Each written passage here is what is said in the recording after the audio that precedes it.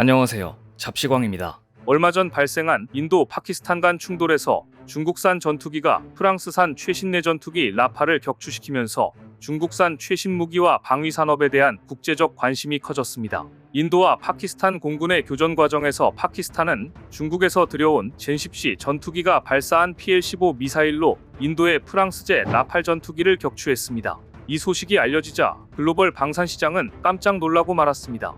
그런데 여기에 얼마 전 이란이 중국산 젠10C 전투기에 대해 대량 구매를 추진한다는 소식까지 전해지면서 중국의 방산 수출 상승세가 예사롭지 않다는 전망까지 나왔습니다. 한국도 무기체계의 고도화를 공언하고 있지만 여전히 전차, 자주포 등 재래식 무기의 주력 수출 품목에만 머물러 있는 만큼 민군 기술협력사업 등 민관의 유기적 정책 연계가 절실하다는 조언이 나올 정도였습니다. 세계적인 관심을 받자 기세등등해진 중국 전투기는 얼마 전 일본과 공중에서 충돌까지 벌였습니다.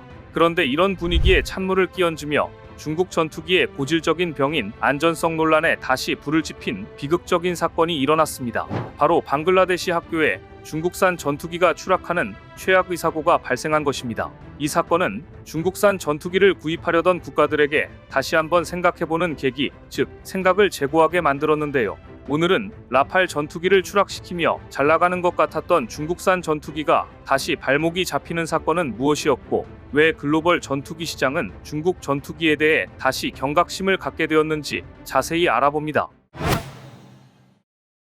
최근 이란이 중국으로부터 최대 400대 규모의 젠10C 전투기 구매를 추진한다는 소식이 전해지자 글로벌 방산 시장은 중국산 전투기를 다시 주목했습니다. 특히 글로벌 방산 수출 시장에서 한국과 중국 간의 경쟁 구도가 아시아와 아프리카를 넘어 중동 지역까지 한층 심화될 것이라는 전망까지 나왔습니다. 기세등등해진 중국 전투기는 일본과 공중에서 충돌까지 했습니다. 최근 일본 정부는 중국 전투기가 자위대 항공기에 근접 비행을 했다고 밝혔습니다. 일본 공영 NHK, 요미우리 신문 등에 따르면 방위성은 항공자위대 YS-11EB 정보 수집기가 지난 9일 오전 동중국해 공해상공을 경계 감시하던 중 중국군 JH-7 전투폭격기 한 대가 약 15분간 근접 비행했다고 밝혔습니다. 가장 가까이 근접한 거리는 무려 30m였습니다. 이어 지난 10일에도 YS-11EB 정보 수집기가 동중국해 공해상공을 비행하던 중 JH-7 전투폭격기 한 대가 약 10분간 근접 비행했습니다. 이날은 약 60m까지 접근해왔습니다. 9일과 10일 모두 중국 폭격기는 자위대 항공기의 후방에서 접근해왔고 중국 폭격기 날개 밑에 미사일까지 탑재돼 있었습니다. 일본 정부는 중국 측에 강한 우려를 전달하고 재발 방지를 요구했지만 중국은 콧방귀도 뀌지 않는 모습입니다. 그런데 이렇게 기세등등하던 중국에게 고개를 들지 못하게 만드는 사건이 일어났습니다.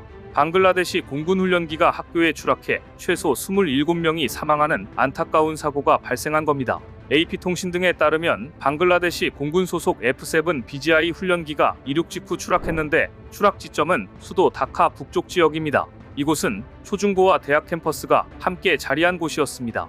방글라데시군은 성명을 통해 공군 훈련기가 오후 1시 6분에 이륙한 직후 인근 학교에 추락했다고 밝혔습니다.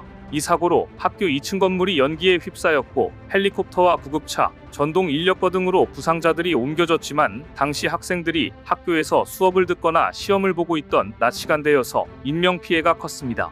이 사고로 최소 27명이 사망하고 170여 명이 부상을 당했습니다. 부상자 가운데 중상자가 많아 사망자는 더 늘어날 것으로 우려됩니다. 그야말로 마른 하늘에 날벼락을 맞은 셈입니다. 이 학교 교사 마수드 타릭은 로이터 통신을 통해 아이들을 데리고 교문으로 갔을 때 뒤에서 뭔가 다가오는 것을 느꼈고 폭발음을 들었다. 돌아보니 불과 연기밖에 보이지 않았다고 사고 당시 상황을 설명했습니다. 방글라데시 정부는 이튿날인 7월 22일을 국가 애도의 날로 선포했습니다. 사고 항공기는 방글라데시 공군 소속 F-7 BGI 훈련기였습니다. 옛 소련 미그 21 기술을 바탕으로 중국이 개발한 전투기 젠7 훈련기입니다. 중국은 이를 방글라데시 수출용으로 개발해 납품했는데 이런 사고가 나고만 것이었습니다.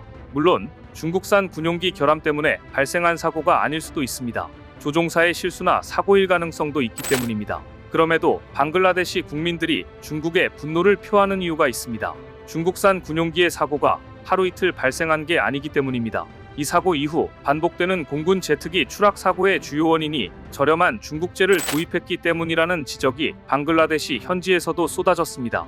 방글라데시 매체 다카트리뷴은 지난 21일 지난 30년간 공군 제트기 추락사고 최소 27건 발생이라는 제목의 기사를 통해 방글라데시 공군은 1992년 이래 최소 27건의 전투기와 훈련기 추락사고를 냈다면서 이로 인해 다수의 사망자가 발생했다고 지적했습니다.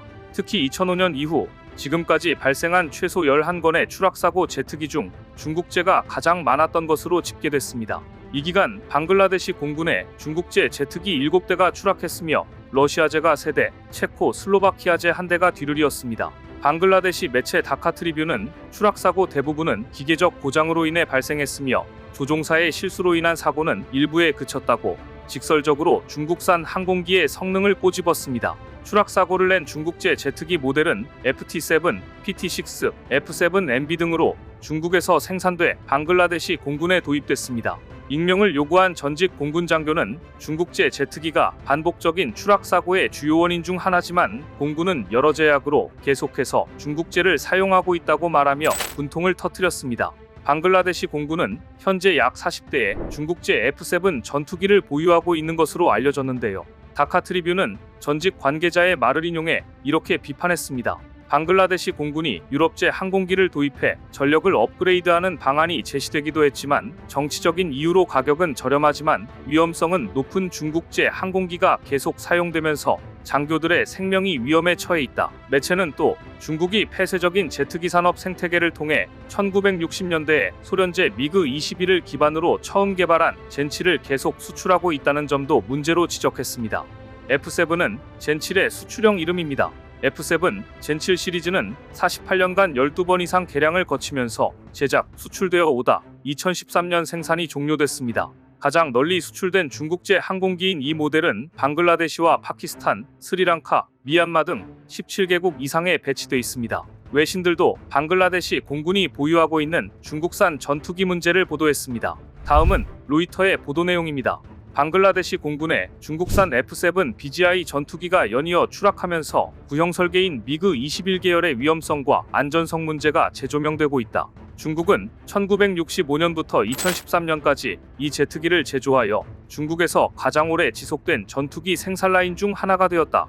경제성 덕분에 이 제트기는 특히 개발도상국에 널리 수출되었다. 젠7은 2023년 말까지 중국군에서 완전히 퇴역했지만 여러 국가에서 여전히 수출용 변형을 사용하고 있다. 파키스탄, 방글라데시, 나이지리아, 이집트, 이란, 그리고 북한은 F-7 변종을 사용했거나 여전히 사용하고 있는 국가들 중 하나이다. 중국 F-7기의 사고 일지를 정리해보면 2025년 5월 짐바브웨 공군 조종사가 남아프리카 공화국에서 정기 출격 중 F-7기가 추락해 사망했다. 2022년 6월 중국 후베이성 중부 샹양시에서 젠7기가 주거용 건물에 충돌하여 지상에서 최소 1명이 사망했다. 2022년 5월 이란 조종사 2명이 이스파한시에서 동쪽으로 200km 떨어진 아나락 인근에서 훈련 임무 중 F-7이 추락해 사망했다. 중국산 전투기의 결함으로 인해 추락사고를 겪고 있는 나라는 방글라데시만이 아닙니다. 미얀마도 있습니다. 인도 이코노믹 타임스는 미얀마 공군 역시 중국산 전투기의 기술적 결함으로 잇따라 격추사고를 겪었으며 이는 중국산 군수품의 신뢰성과 품질 문제에 대한 우려를 키웠다고 보도한 바 있습니다. 2025년 6월 미얀마 공군의 F-7 전투기가 사가잉 지역 8타운십에서 추락하여 조종사 1명이 사망했다. 미얀마 공군은 충돌이 기계적 고장 때문이라고 밝혔지만 저항단체인 인민의 방군은 전투 중 기관총을 사용해 전투기를 격추했다고 주장했다. 그러나 인민의 방군의 주장은 의문의 여지가 있다. 전문가들은 이 사건이 미얀마와 파키스탄을 포함한 개발도상국에 판매되는 중국 무기 시스템의 취약성을 보여주었다고 말했다. 앞서 미얀마 공군은 중국산 장비의 품질에 불만을 품고 지난해 러시아로부터 수호이 30 중고 전투기 6대를 인수했다. 이미 중국산 JF-17 썬더 전투기와 MAF 전투기는 큰 기술적 문제에 직면해 있다. 미얀마 공군은 2018년에 체결된 4억 달러 규모의 계약에 따라 러시아 전투기를 인수했으며 2024년 12월 15일 만달레이의 메이크틸라 공군기지에서 제트기를 취역시켰다. 이처럼 단지 가격이 싸다는 이유만으로 중국산 F-7 전투기를 도입했던 아시아 국가들이 비싼 대가를 치르고 있는 것을 보며 중국산 전투기를 사려던 나라들은 앞으로의 상황을 예의주시하고 있습니다.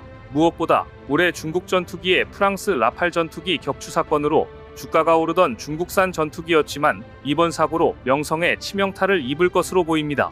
반면 한국의 KF-21은 엔진 국산화까지 성공하며 비상 중입니다. 하나 에어로스페이스는 방위사업청과 약 6,232억 원 규모의 KF-21 전투기의 최초 양산분에 대한 엔진 공급 추가 계약을 체결했습니다. 하나는 방위사업청에 2028년 12월까지 F414 엔진 80여 대를 공급합니다. KF-21 엔진에는 고내열성을 갖춘 특수 소재가 사용되는 등 첨단 기술이 적용됩니다. 하나 에어로스페이스는 1979년 공군 F4 전투기를 시작으로 KF-5, KF-16, F-15K, TO-10, KF-21까지 46년간 1만 대가 넘는 엔진을 생산했습니다. 또한 엔진 11종은 자체 개발했습니다. 하나는 올해 4월에는 약 400억 원을 투자해 16,529제곱미터 규모의 스마트 항공 엔진 공장을 완공했는데요. IT 기반 품질 관리와 물류 시스템을 갖춘 이 공장은 F414 엔진은 물론 첨단 항공 엔진 개발을 진행할 계획입니다. 미티어 미사일 장착에 이어 국산 항공 엔진까지 장착할 KF-21 보람에 경쟁자들이 이미지 실추와 안전성 논란으로 주춤하는 사이에도 KF-21 보람에는 차질 없이 자주 국방을 넘어 글로벌 전투기 시장에 주목을 받으며 세상에 나올 날을 기대하고 있습니다. 오늘 준비한 소식은 여기까지입니다. 댓글을 통한 여러분들의 많은 의견 기다리겠습니다. 시청해주셔서 감사합니다.